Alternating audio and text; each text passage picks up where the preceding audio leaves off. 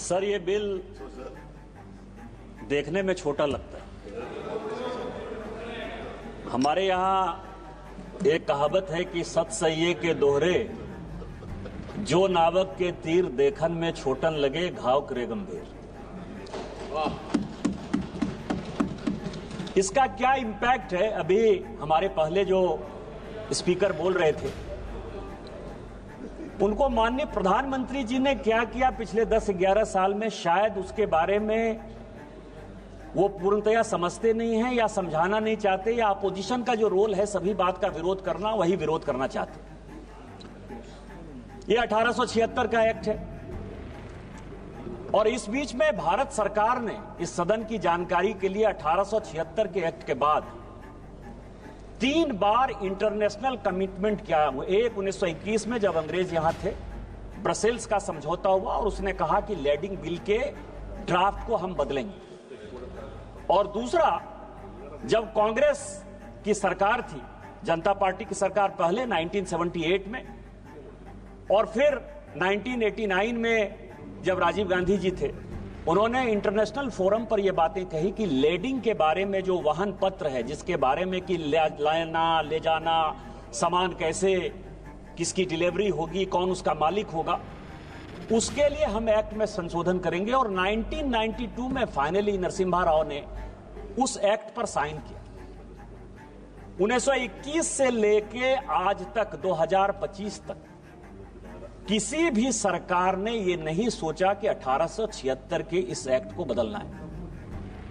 अभी रिपीलमेंट की बात हो रही थी सभापति महोदय, इस सदन की जानकारी के लिए, मैं उसमें पढ़ना नहीं चाहता था, लेकिन प्रेमचंद्रन जी आपके जानकारी के लिए, क्योंकि आपने कहा कि सरकार वाहवाही लेती है कि 1500 बिल उसने पास कर दिए, मतलब रिपील कर दिए, खत्म कर दिए अंग्रेजों के समय के। मैं आपको केवल 1874 का, इस सदन की जानकारी के लिए और इस देश की जानकारी के लिए, 1874 में एक बिल अंग्रेज लेकर आए, ड्रामेटिक एक्ट बिल, क्योंकि उनको यह लगता था कि आजादी के आंदोलन, जो ये ड्रामा है, जो नाटक है, जो गीत है, ये जो गाया जाता है, सड़क पर उतरकर जो लोग गाते हैं, ये देशद्रोह है। और उन्होंने एक ड्रामेटिक एक्ट बिल बनाया 1874 में, जिसमें यह कहा जाता था कि 10 लोग यदि सड़क पर डांस करते हुए, गाते हुए, नाचते हुए, ड्रामा करते हुए यदि मिलेंगे, उन सबों को जेल हो जाए। उस एक्ट के आधार पर सभापति महोदय, क्या आपको नहीं लगता कि दूल्हा जो है वो बारात के साथ जेल चला जाता? 1876 का एक्ट था, 2024 में हमारे प्रधानमंत्री जी ने बदला। क्या इस देश को यह पता है कि इस तरह के एक्ट हमने बनाए? बांस जो कि प्रत्येक घरों में होता है, वो घास है, उसको हमने वृक्ष बना दिया। पूरा का पूरा नॉर्थ ईस्ट की इकोनॉमी जो है बांस पर चलती थी। यह भी 150 साल से एक्ट था। क्या इसमें गरीब परेशान नहीं हो रहा था? क्या उसको रिपील नहीं कर देना चाहिए था? ये 2 एक्ट मुझे लगता है कि सदन के लिए और ये देश के जानकारी के लिए है कि 1500 एक्ट जो हमने बदले हैं, उसमें से किस किस तरह के घटिया कानून अंग्रेजों के द्वारा बनाए हुए थे और उसको बदलने की आवश्यकता पड़ी। वैसा ही 1876 का एक्ट है। अब आप समझिए कि पूरा, अभी बिजनेस एडवाइजरी कमेटी की मीटिंग थी, आज ही चर्चा चल रही थी कि हम टैरिफ पर बात करना चाहते हैं। यहां कांग्रेस के युवराज आकर बात करेंगे कि उस पोर्ट पर जो है पकड़ा गया, ड्रग्स पकड़ा गया, वो पोर्ट ऐसे हो गया, वो पोर्ट ऐसे हो गया। कभी आपने सोचा कि 26/11 कैसे हो गया? बॉम्बे में इतनी बड़ी दुर्घटना हो गई, कभी उसके बारे में आपने सोचा कि आपके पास क्या अधिकार, ये लैंडिंग बिल है क्या आखिर? इस साल से लेके पिछले साल, पिछले 4-5 साल में यदि आप देखेंगे तो इस देश में लगभग 50,000 करोड़ का ड्रग्स जो है पकड़ा गया। ड्रग्स, हेरोइन ड्रग्स, जो हमारे युवाओं को नुकसान पहुंचा रहा है। यदि आप बायलैटरल की बात करेंगे तो हम कहते हैं कि टेलीकॉम मैन्युफैक्चरिंग हमारा बढ़ रहा है और चाइना जो है, चाइना से गुड्स नहीं आना चाहिए। आप कहते हैं सिंगल प्लास्टिक यूज जो है हमको बंद कर देना चाहिए। आप ये कह रहे हैं कि मिनिमम इंपोर्ट प्राइस हमने लगा दिया स्टील सेक्टर में जो डंपिंग यार्ड हमने यहां बना दिया है वो यहां नहीं आना चाहिए। एग्री? हम आपके सारे बात से सहमत हैं कि अमेरिका यदि टैरिफ यदि लगाएगा तो हमारा व्यापार जो है दूसरे जगह बढ़ना चाहिए और उसके लिए अपना देश बनाना चाहिए, हमारे यहाँ मैन्युफैक्चरिंग सेक्टर को बढ़ाना चाहिए। कांग्रेस के जो लीडर ऑफ द अपोजिशन है राहुल गांधी साहब, उन्होंने बहुत कहा कि आपको मैन्युफैक्चरिंग के बारे में कुछ नहीं पता है। एग्रीड, हमको कुछ नहीं पता है भैया, लेकिन कभी ये लेडिंग बिल तो पढ़ लेते कि हमने क्या किया। आज आप समझिए कि आप किसी कंट्री के साथ, जैसे पाकिस्तान के साथ हम अपना व्यापार नहीं करना चाहते, पाकिस्तान को हम दुश्मन देश मानते हैं और पाकिस्तान के साथ हमने व्यापार रोक दिया। चाइना के साथ हम अपना बिजनेस नहीं बढ़ाना चाहते, हमारे सिक्योरिटी का सवाल है, हमारे मैन्युफैक्चरिंग का सवाल है। टेक्सटाइल में हम पूरी दुनिया में आज जिस तरह से बांग्लादेश के हालात हैं और पूरे चाइना के हालात हैं, हम टेक्सटाइल के साथ बढ़ना चाहते हैं। लेकिन यदि बढ़ना चाहते हैं आप, तो यदि शिपिंग संघाई पोर्ट से हुआ और संघाई पोर्ट सिंगापुर चला गया, यदि किसी आदमी ने चाइना से टेक्सटाइल को हमारे यहां के लिए भेजा और उसने कहा कि सिंगापुर जाएगा और सिंगापुर से नाम बदलकर वो फिर यदि हिंदुस्तान आ जाएगा, तो हम तो कहेंगे कि इसका जो डेस्टिनेशन पोर्ट है, डेस्टिनेशन पोर्ट है, वो तो सिंगापुर है। उसी तरह से ऑयल के बारे में मान लीजिए कि कई एक देशों के साथ हमने, अभी सीरिया को हमने बैन किया हुआ है, लीबिया को हमने बैन किया हुआ है। हमारे यहाँ फर्टिलाइजर की बहुत कमी है। फर्टिलाइजर का जो जिससे बनता है फर्टिलाइजर, चाहे नाइट्रेट हो चाहे फॉस्फेट हो, ये यदि आता है तो उसमें कई एक जगह बैन है। तो जो पोर्ट है, कहां से ये कंसाइनी को दिया गया, कहां शिप पर ये लोड हुआ, कितना केजी लोड हुआ, कहां से ये शिप कहां गया, उस शिप से फिर वो भारत में किस तरह से आया, या भारत में जो लोड हुआ। जैसे मैं आपको बताऊं कि ब्लैक मनी की बहुत बात होती है इस देश में। ब्लैक मनी के बारे में 72-73 का जो रिपोर्ट है और 2012 में इसी सदन में जो ब्लैक मनी पर माननीय प्रणब मुखर्जी साहब ने, तत्कालीन वित्त मंत्री जी ने, जो बाद में राष्ट्रपति हुए, उन्होंने जो व्हाइट पेपर जारी किया, व्हाइट पेपर में उन्होंने कहा कि ब्लैक मनी जनरेट होने का सबसे बड़ा साधन 85% इस देश का ब्लैक मनी केवल और केवल इंपोर्ट और एक्सपोर्ट से हुआ। इंपोर्ट और एक्सपोर्ट का जो बिल है, उसके बारे में कभी सोचा है आपने कि हम यहां से भेज रहे हैं, मान लीजिए कि टेक्सटाइल भेज रहे हैं और वहां से जो है आर्म्स का हमने ले लिया ऑर्डर कि हम जो है स्टील की फैक्ट्री ला रहे हैं जी, आर्म्स खरीद कर ला रहे हैं जी, या कोई भी चीज ला रहे हैं। इसके बारे में इस देश में 1876 से लेकर आज तक एक बहुत बड़ा वैक्यूम है।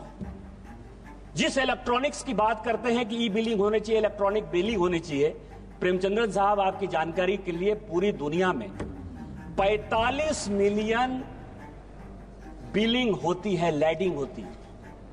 उसमें से पूरी दुनिया, आपने अमेरिका का उदाहरण दे, क्योंकि दूर का ढोल सुहाना होता है। अमेरिका को मान लीजिए कि अमेरिका बहुत डेवलप्ड है, बहुत अच्छा कर लिया होगा। चीन बहुत डेवलप्ड है, बहुत अच्छा कर लिया होगा। यूरोप पूरा अच्छा कर लिया होगा। इस सदन की जानकारी के लिए कि इलेक्ट्रॉनिक बिलिंग, लैडिंग का केवल और केवल 2.1% होता है पूरी दुनिया, केवल 2.1% होता है। यदि 2.1% होता है तो हम तो कम व्यापार करते हैं। हमारी इकोनॉमी तो 4 ही ट्रिलियन की है। यूएस की इकोनॉमी हमारे से कितने आगे होगी, यूरोप की कितनी आगे होगी, इंपोर्ट एक्सपोर्ट चाइना का कितना ज्यादा होगा। वो क्यों नहीं करते इलेक्ट्रॉनिक? तो इसीलिए हम जितना कर पा रहे हैं, शायद इस दुनिया में बहुत कम ऐसा देश होगा करना चाहिए। इसीलिए मैं कह रहा हूं कि जब हम बिल पर चर्चा करते हैं तो बिल को एक सही परिप्रेक्ष्य में देखने की आवश्यकता है। इस बिल के क्या क्या फायदे हैं और क्या क्या नुकसान हैं, यह समझिए कि सबसे पहले है कि इससे क्या फायदा होगा। पार्टी डिटेल्स मिलेगा कि किसका प्रोडक्शन है, किस कंपनी ने यह प्रोडक्शन किया है। यदि स्टील आ रहा है, मान लीजिए स्टील सेक्टर को ही लेंगे, तो चाइना की किस कंपनी ने इसको प्रोड्यूस किया है, अमेरिका की किस कंपनी ने इसको प्रोड्यूस किया है। उसके बाद आएगा कि उसको इंपोर्ट का लाइसेंस किसको दिया गया, यह दूसरा सवाल है। इंपोर्ट के लाइसेंस के बाद जब वो पोर्ट पहुंचेगा तो पोर्ट में जो है उसको यह बताना पड़ेगा शिप ऑनर को कि शिप ऑनर को यह बताना पड़ेगा कि इस इंपोर्ट के लाइसेंस के लिए यह ऑथराइज था, उसने इस शिप पर चढ़ाया। उसके बाद यह जिम्मेवारी जो है शिप ऑनर की हो जाएगी, और शिप ऑनर के बाद हमारे यहां जो इकोनॉमी होती है, जैसे नीरव मोदी का किस्सा हुआ। नीरव मोदी का किस्सा क्यों हुआ? क्योंकि बैंक की जो गारंटी थी, जिसको एलसी कहते हैं, जिसके आधार पर कि भारत में कोई सामान आएगा या भारत से कोई सामान जाएगा, तो जो बैंक एलसी खोलता है, जो आपको लाइन ऑफ क्रेडिट देता है, उसमें से आपको पता है कि पंजाब नेशनल बैंक का परेशानी हुआ, स्टेट बैंक ऑफ इंडिया का परेशानी हुआ। यह परेशानी के लिए वो कौन सा आदमी है जिसने कि एलसी मंगवाया है? कौन सा आदमी? जैसे गुजरात के पोर्ट में आप कहते हो कि ड्रग्स पकड़ा गया, ड्रग्स किसने मंगाया? Who knows? Nobody knows. और आप फिर भारत सरकार, तो इसमें लैंडिंग बिल में जो सबसे बड़ा है कि पार्टी का डिटेल्स आएगा, उसकी पूरी चेन आएगी। क्या ये बिल आने की आवश्यकता नहीं थी? दूसरा है कि कार्गो जो है, कार्गो कहां से कहां गया। आज मैं बताऊं कि कई एक ऐसे कंट्री हैं, जैसे यूएस ने कई एक, रूस को बैन कर रखा है। आपको पता है कि रूस से यदि कई एक सामान यदि जाता है, अमेरिका जाता है, वो कैसे जाता है? तो जो उसकी फ्रेंडली कंट्री है, मान लीजिए कि ब्रिटेन उसका फ्रेंडली कंट्री होगा, सिंगापुर उसका फ्रेंडली कंट्री होगा, तो रूस से वो सामान जो है शिप होकर चला गया सिंगापुर, चला गया वो यूके, और वहां से जो है वो वापस जो है यूएस के रास्ते में चला जाता है। लेकिन जब हम ये बिल लेकर आएंगे, लैंडिंग बिल आएंगे, तो उसमें पूरा का पूरा ट्रांसपेरेंसी होगा कि डेस्टिनेशन कहां से ये निकला। ये जो है, ये दूसरा है। तीसरा है कि कार्गो जो है, कार्गो वो वेट नहीं करेगा। एक सीएजी की रिपोर्ट आई कि यूपीए के सरकार के समय कम से कम 50,000 करोड़ रुपया सालाना केवल लॉजिस्टिक और कार्गो वेट में जाता है। आपको पता है कि आज की डेट में कई एक ऐसे पोर्ट होंगे, क्योंकि पोर्ट सेक्टर में कई एक समस्याएं हैं। जैसे कई एक लोगों ने कहा कि राज्यों का सवाल है, राज्यों का इन्फ्रिजमेंट है, राज्यों के पास पोर्ट है। मुझे कभी कभी हंसी आती है और कभी कभी परेशानी होती है कि पता नहीं इस देश में क्या होगा। यहां दो चीजें, मेजर पोर्ट है और माइनर पोर्ट। मेजर पोर्ट कौन है? जो भारत सरकार जिस पोर्ट को बनाती है। मैं आपको बताऊं, जैसे यहां दादा स्वागत बाबू बैठे हुए हैं, कलकत्ता का जो पोर्ट है वो मेजर पोर्ट है, और जो हल्दिया का पोर्ट है वो माइनर पोर्ट है। मेजर पोर्ट इसीलिए कि वो भारत सरकार ने बनाया, और हल्दिया का पोर्ट यह है कि राज्य सरकार के सहयोग से बना। मेजर और माइनर पोर्ट का यह फर्क है। माइनर पोर्ट मेजर पोर्ट से ज्यादा बिजनेस कर रहा है, व्यापार कर रहा है। कई एक माइनर पोर्ट ऐसे हैं जिनको कि मेजर पोर्ट से उनका कोई कंपटीशन नहीं है, वो माइनर पोर्ट ही पड़ा है। लेकिन डिफिनेशन क्या है? जो केंद्र बनाएगी वो मेजर पोर्ट है, जो राज्य बनाएगी वो माइनर पोर्ट है, और उसका जो लेजिस्लेशन है वो भारत सरकार एक का तय करेगी, एक का राज्य सरकार तय करेगी। जैसे अरविंद सावंत जी मेरी टाइम बोर्ड की बात कर रहे थे।